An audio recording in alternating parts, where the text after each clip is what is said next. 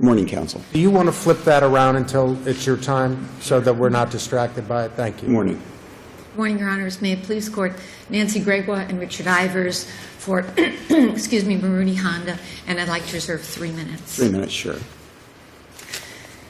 The parties have briefed a number of issues in this both appeal and cross-appeal. We perceive the main issue to be the validity of spot delivery in the state of Florida. If Was it the validity of spot delivery in the state of Florida, or is it the validity of spot delivery in this particular case? We believe that it has implications far beyond this case. Well, it may have implications, but we're dealing strictly with this case, and my understanding from my reading, as well as the cases, is that there may be a little bit of a difference in the risk document here than in some other cases. I think the factor that fueled this case was the fact that there is a merger clause in the risk document. And the merger clause, and we agree with Counsel for Quello on this, the merger clause argument has never been specifically made in a case beyond Patton, which is the out-of-state case. Does merger clause, go ahead, I'm sorry. Yeah, I thought the Vereen case dealt with that very similar merger clause in the Middle District of Florida. Duval, yes. That's exactly right. That's the second case. Duval Motors relied on the Patton case. No, this is Vereen versus Lou Sobe Automotive of Jacksonville, Middle District of Florida case in February 2012. And that also, Judge. But they dealt with a merger clause very similar to the one in this case. And that's said you read the documents together. Exactly. But the problem is that the merger clause, now we have 3 cases with the merger clause. The implication for the rest of Florida is that these merger clauses are almost universal in risks. And they have various wordings, but they all say this document controls, this document is the only agreement among the parties, there is no other agreement. So what happened in Vereen, which is in our favor, as opposed to this case and Duval, is that the court said, we see the merger clause, but we do not believe that it prohibits consideration of the other documents. In this case, the court said, I see the merger clause, I see no other case in the state of Florida addressing merger clause in a risk with a bailment agreement.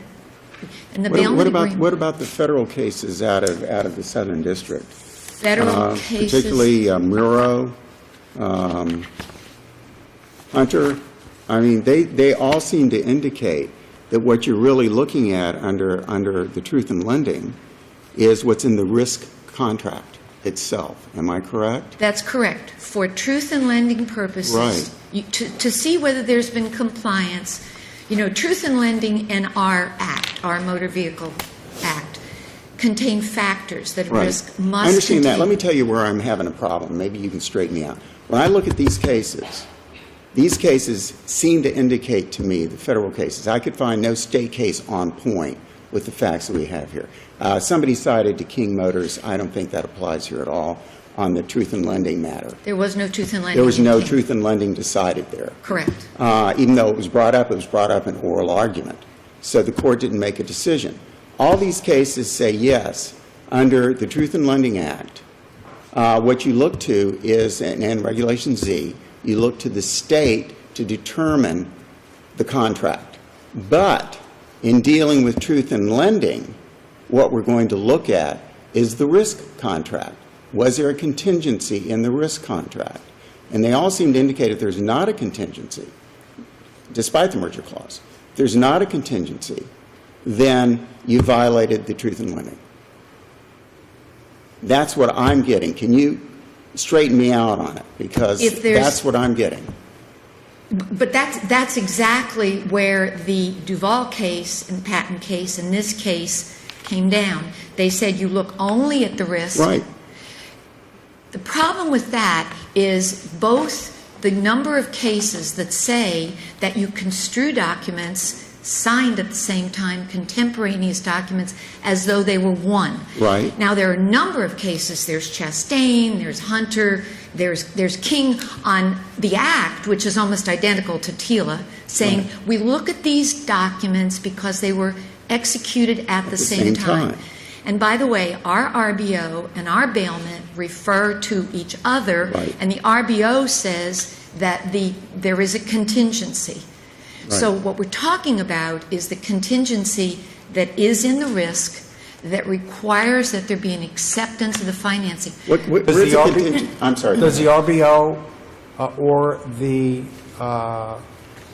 the bailment agreement refer to the risk document? Yes, the RBO says at the bottom, on a credit transaction, the purchaser's offer is not accepted and the transaction is not, consummated until approved in writing by dealer and by a bank or finance company, and disclosures required by the Federal Consumer Credit Protection Act. That's a reference to the contingency. That's not a reference to the agreement. And purchaser and dealer have signed the installation sales contract. Ah, okay. So there is a specific reference that you're reading from the RBO? From the RBO. And the bailment also has Very a small print, but but it still has a reference. it has a reference. Now, where's the reference in the risk? Because you said there was a reference to it in the risk. No, not in the RBO. risk. That's the problem in these cases. That is the problem in these cases. I'm in agreement with you. But if one document refers to the other document, the cases that allow the contemporaneous consideration of them say that that's appropriate. I'm having a problem with that. That's where I'm trying to go back to. Because the cases, I understand there are a little bit of a divergence, but when you really line up the federal cases, they all refer to the fact that courts look to state law to determine when a consumer becomes contractually obligated.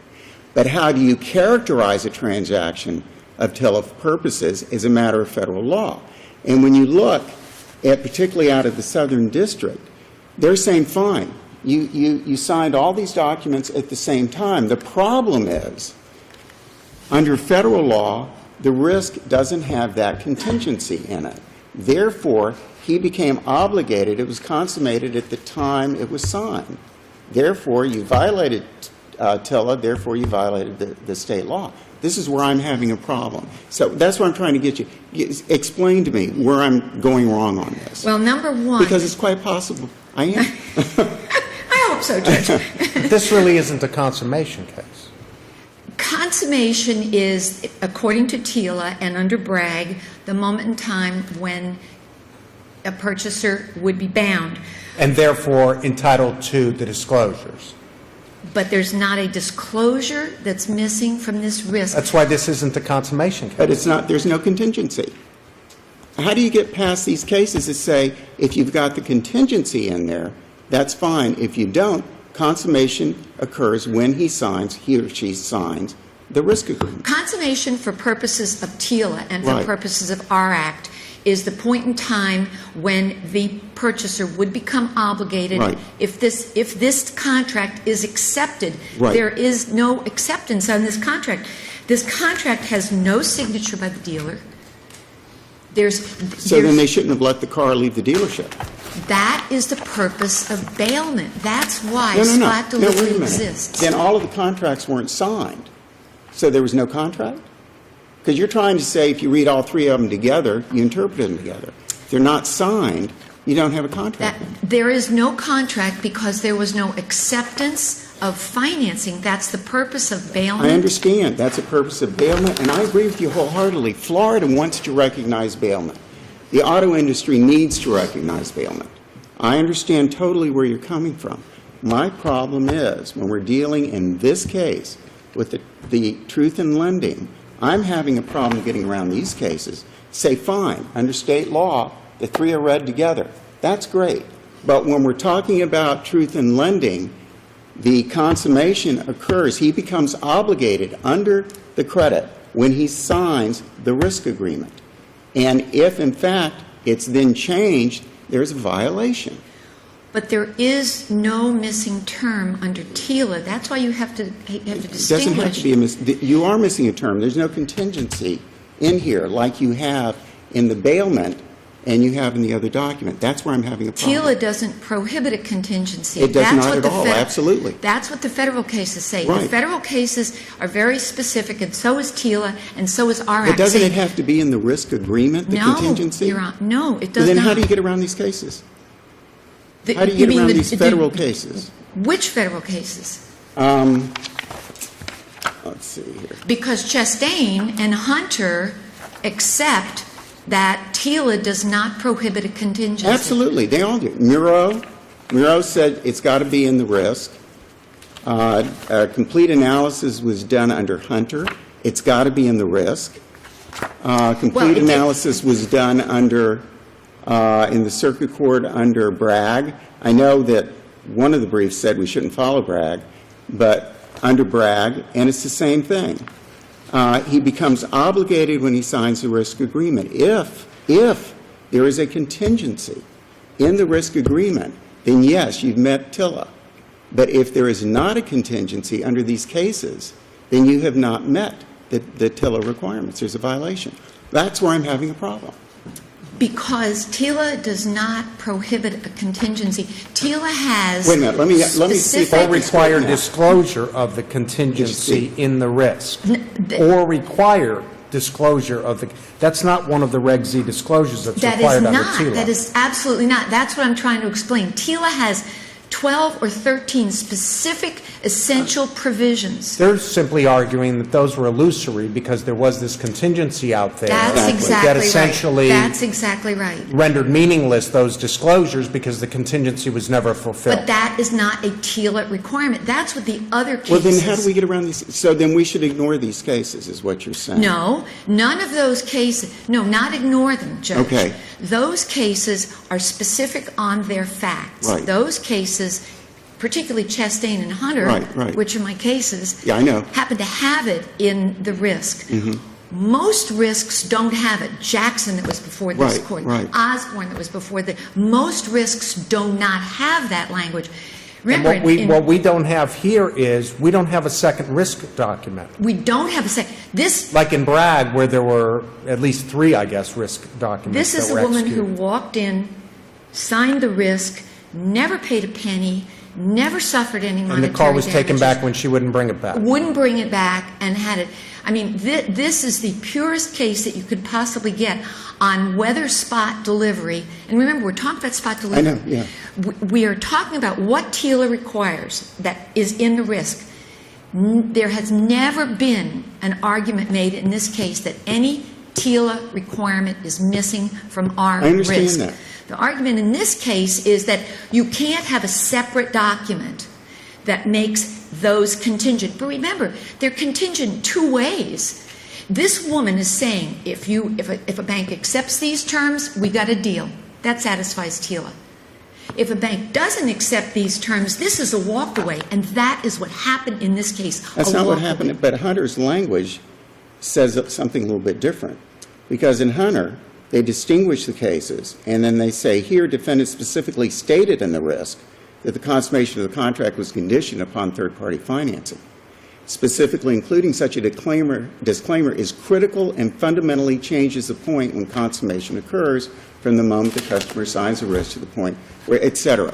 So, I mean, that's where I'm having a problem. How do we get around this? Your risk document doesn't have the contingency in it. Because TILA doesn't require it, and our Act doesn't require it. So I then you go understand back. that, but what am I supposed to do with these cases? Then you go, well, those cases were fact-specific, Your Honor. In our case, this is the reason that the trial court went off track, we believe. Okay. Because in our case, the risk doesn't have the contingency, but we have 3 documents to be construed So together. you're saying, okay, so you're saying that we look at the 3 documents put together, there's an integration clause in the other 2 documents. Correct. So when you read them all together, you have a contingency in the other 2 documents, therefore, there's no violation of Correct. TILA. And whether it's a condition subsequent or a condition precedent to the effectiveness, to the enforceability of the risk, doesn't matter, but it is a condition, and it is read into this penumbra of documents. Your argument is because there is the language, even though it's very small,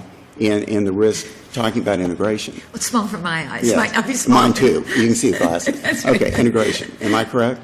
You are correct, Your Honor. I'm You are following. correct. So the only twist here The only twist here, or primarily, is the effect of the merger clause in that agreement, if that merger clause has a legal operative effect to prohibit our consideration of the other documents. Exactly. And outside, and that's patent, Right. by the way, patent, the risk was signed by the dealership.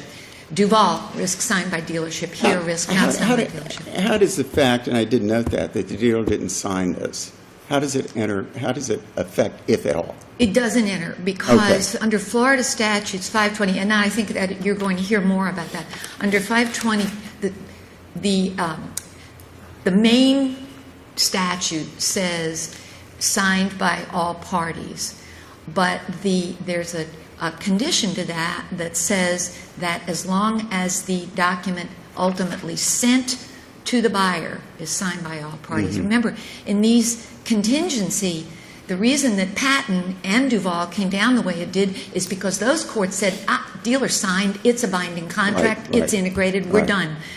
That's why the dealers cannot sign until they have financing, because that's the whole purpose of spot delivery. Spot delivery, someone walks in weekend, evening, can't qualify for financing on the spot, but wants to drive the car off the lot. Well, and it's important to the industry in Florida that you Very have important. the spot Very delivery. important. And And- almost Not that every any dealer of that does it. really matters. Not To us. It may matter to you, but it doesn't really matter to the world us. of commerce, it may matter.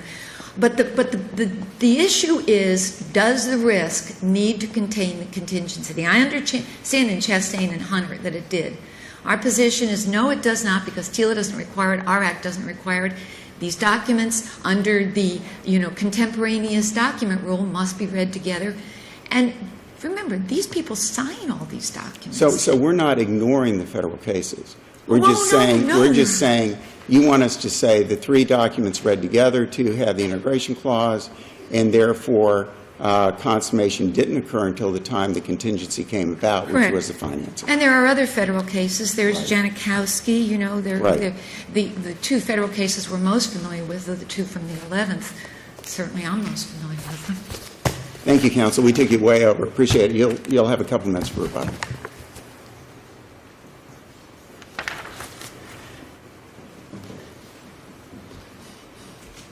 May it please the court. Morning. Good morning. Reference was made to Florida law. This is the Florida law that it governs every single car transaction, and these requirements cannot be waived. There cannot be a conditional sale. In Florida, there's a conditional sale for payment of monthly payments to buy the car. Florida doesn't recognize conditional? No. In fact, Contingency- Florida what about a prohibits contingency it. contract? Florida doesn't recognize? Here are the requirements. Shall, not discretionary. In writing, okay, shall be signed by both the buyer and seller. That's not really an issue here. Shall be completed as to all essential provisions prior to the signing by the buyer. So this is a requirement in Florida. It's on its face. It's mandatory. Well, then King was decided incorrectly. Yes, and King was decided without even explaining the next section. 520.13 is not even mentioned in the opinion. It says waiver. Any waiver of these provisions shall, unenforceable and void. So how do we reconcile that statute with 319.001, You which... don't even go there because we have definitions under 520. Up here, 520.2 is You're not definition. suggesting that they are irreconcilable? No, their definition of conditional just says monthly payments. A car can be bought over a period of time. This is an installment sale effort to implement TILA in Florida. So we would have to find that King, out of the fourth, was wrongly decided. No, on its own face, it says that we do not enter opinion on. They're not Truth talking in about Lending TILA. Act. They Well, say but we're that. not talking They about said that in TILA. the opinion that, You- okay, this is an effort of Florida to implement TILA. And there's a law here that says that if 520.08, that if they're going to say that their actions and their conditional sale complies with TILA, they have the burden of proving it. They have never proved that because they can't prove it. Because under TILA, The disclosures have to be meaningful. To be meaningful, they have to be made prior to consummation. Consummation by Bragg, right here in our Southern District, approved by the 11th Circuit, still valid law, never overruled. Bragg says that consummation is when the buyer, the consumer, signs the RISC. And the But RISC that's just the triggering, that is the triggering act for the required disclosures under TILA. they have to be made before that. Yeah, I'm saying, but that is what consummation, that is the effect of consummation. Right, and it says you can't waive that. Are you suggesting that, hang on a sec, you may want to go to the podium so everybody can see and hear you, but. Excuse me. Are you suggesting that there was a TILA violation because required disclosures were not made by the time that your client signed the contract? The violation, It's either yes or no. Either there was a TILA violation by the time that your client signed, or there was not a violation of TILA when your client signed. no, that's the wrong question, Your Honor. So then there was no, you are not alleging that there was a failure to disclose under TILA at the time There was a your client failure signed. to acknowledge the first contract. It was a done deal the moment that she signed.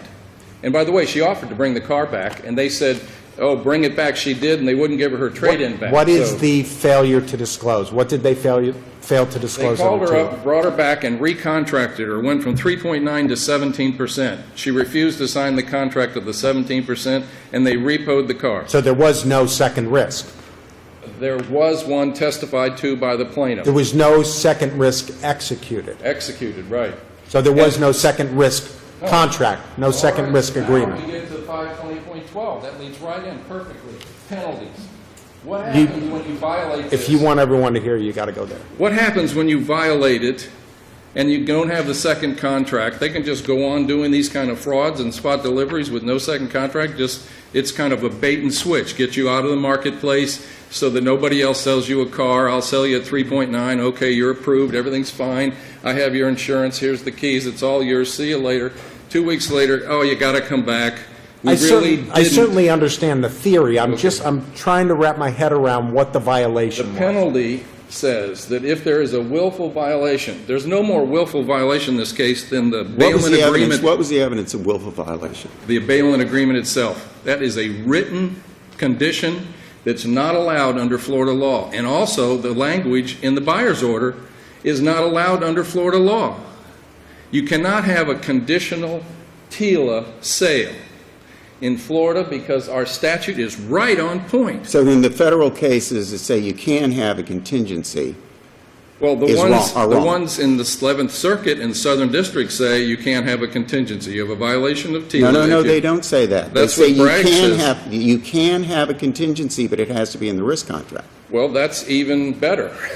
Well, but That their even- argument that is even helps when you- us even more. But their argument is when you put all three together, you have a contingency. Oh, but here where you got the bailment agreement and the buyer's order have that contingency language. That's a waiver, and that there can be no waivers, none. Not only that, the waiver provision 520.13 itself cannot be waived. This is the strongest non-waiver provision on the statute books. There's not a single case they can cite to you interprets 520.13. There's not a single case they can say it doesn't apply to these transactions. And that is right in the heart of our requirements under retail installment sales, Part 1, motor vehicle sales finance. So you'll notice that in the King versus King, they don't mention 520.13. Right. They don't even say, why wouldn't they bring that up and discuss it? It says you cannot have a contingent sale. You have to comply with 520.071A. The penalty here is the amount of the finance charge. When they do this, the penalty, it's not damages, it's a penalty for violating TILA in Florida and violating our statute. And if I could now, Here's the holding of Bragg. Can I read you the holding of Bragg and you tell me why you Yes. think it stands for Yes. what I guess is a different proposition? To give full effect to TILA's goal of providing meaningful and timely disclosure of important credit terms, we hold that in a financing agreement containing a condition precedent where the condition of obtaining financing is within the exclusive control of the lender and of the seller and third-party lender, Consummation occurs when the consumer signs the contract.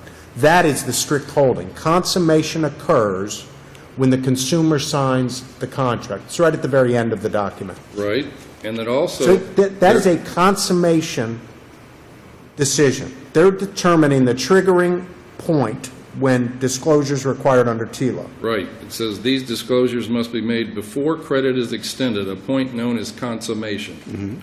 And it says that a brag contains that the direct court erred in holding that no pertinent credit agreements was... Is there any disclosure that they failed to make under TILA at the time that your client signed the risk? Is there any disclosure that they failed to make at the time that your client signed the risk? Yes, I could say that they failed to disclose to her that it's conditional. They lied to her. They told her that she's approved, it's her car, it's a done deal, you signed. You mean if we don't look at the buyer's order or the bailment agreement? Right. Okay. So it does come back to the merger clause, really? But you Well, think that's underpinned by the statute? I think the statute trumps everything. I think this is as plain and unambiguous as you could ever get. Now let me tell you how they could sell a car and do it properly. By the way, the dealer is the first creditor. The dealer takes the application, gets the credit, makes a decision, writes up the documents, has the person sign it, and then assigns it maybe to a third-party assignee. But the dealer is the creditor, and if they can't get it assigned, guess who gets the payments? The dealer should receive the monthly payments because they're a creditor. They've extended credit.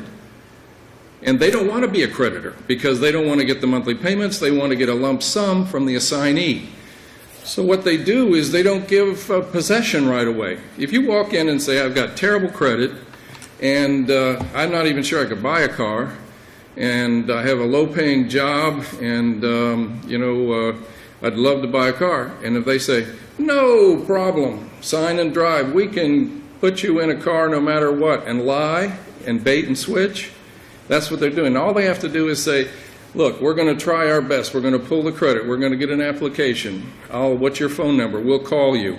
We'll allow you to shop credit. That's what TILA is all about, to honor the honest car dealers who want to compare credit. And that's why TILA was even brought in to begin with. So the system works. So the commercial capitalistic system works on the extension of credit.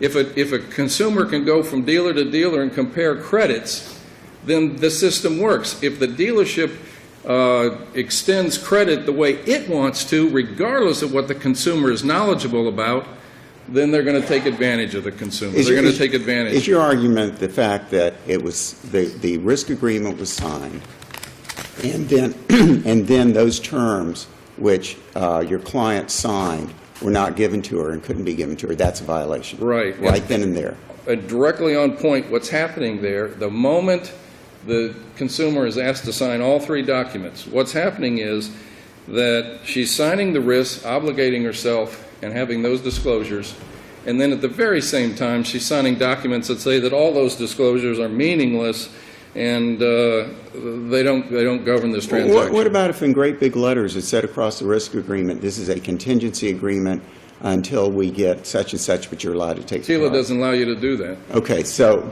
the federal cases... Preempt. Did you say that TILA does not allow a contingent sales agreement for a motor vehicle? Or the state of Florida does it. The state of Florida in this statute implementing TILA does not allow Because it. the cases allow contingency. Well, The federal cases. no one's there. You can't cite me any cases about 520.13 non-waiver. You can't cite me a single case. It's just like it doesn't That's exist. true, but the federal cases that have applied Florida law have recognized that Florida law permits conditional sales contracts of motor vehicles. But you acknowledge that they have said that, and that there are, in fact, some of the state cases are just plain wrongly decided. We've been at this issue for a long time. I'm not trying to complicate car transactions. I'm just trying to represent a consumer who should get a fair shake. If they get you to sign an agreement and they've made the disclosures, shall be completed as to all essential provisions prior to the signing. If they've done that, then that's a done deal. The consumer is bound. The consumer is bound to pay the finance charges to the dealer until the dealer has a proper assignment to an assignee. Chapter 520 was intended to implement a TILA on a state basis. Yes, and TILA encourages states to do this. And do you believe that Chapter 520 is more expansive than TILA, or it's patterned directly Yes, after with that TILA? non-waiver provision in there, yes, you're right on point. That non-waiver provision right there is awesome. And the reason why they put that in there is they didn't want dealers to try and get around TILA. They kept trying to get around TILA. And TILA became Regulation Z and all of the ramifications of consummation. And now we have BRAG. BRAG is right on point so far as when the consumer is bound. The consumer is bound the moment they sign. But you know what? The dealer thinks, this is what the dealer thinks. The dealer thinks, I didn't sign it, so I'm not bound by it. And I got these contingencies, so I can always yo-yo the car back. We in the consumer business call it the yo-yo transaction. You go down and you pull it back up. You put the car out and you pull it back in. That's not in compliance with TILA. Sorry, I got carried away there. Any Thank you, further counsel. questions? Anything else? I want to recognize Ray Inglesby, who filed the amicus. And How are you, sir? I was going Thank to you. yield time to Ray. I apologize. Thank you for your time. Counsel, a couple of minutes. May it please the Court. Number one, the Longwood case discusses specifically 520.13 and rejects exactly the argument made here, the federal case. Number two, you heard Mr. Blake say that all these documents were signed at the very same time, I quote, and so they are contemporaneously signed.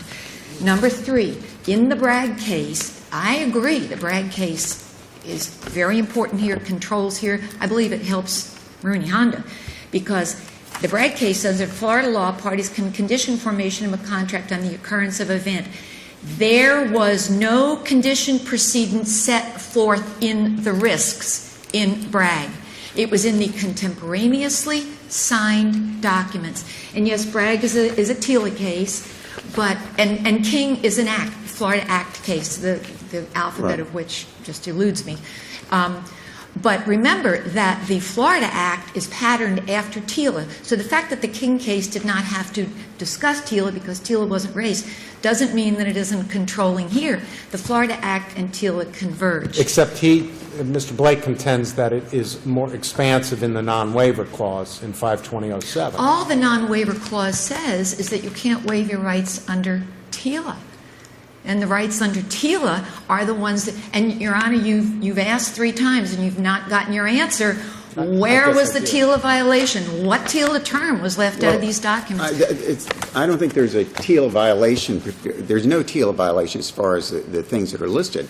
In my mind, the problem enters into when did the client become obligated under the credit, looking at the case law, as to whether there was a TILA violation. No question there was a Bragg consummation. Right. Numbers 3 and 4, I just want to mention Sure. the willful violation.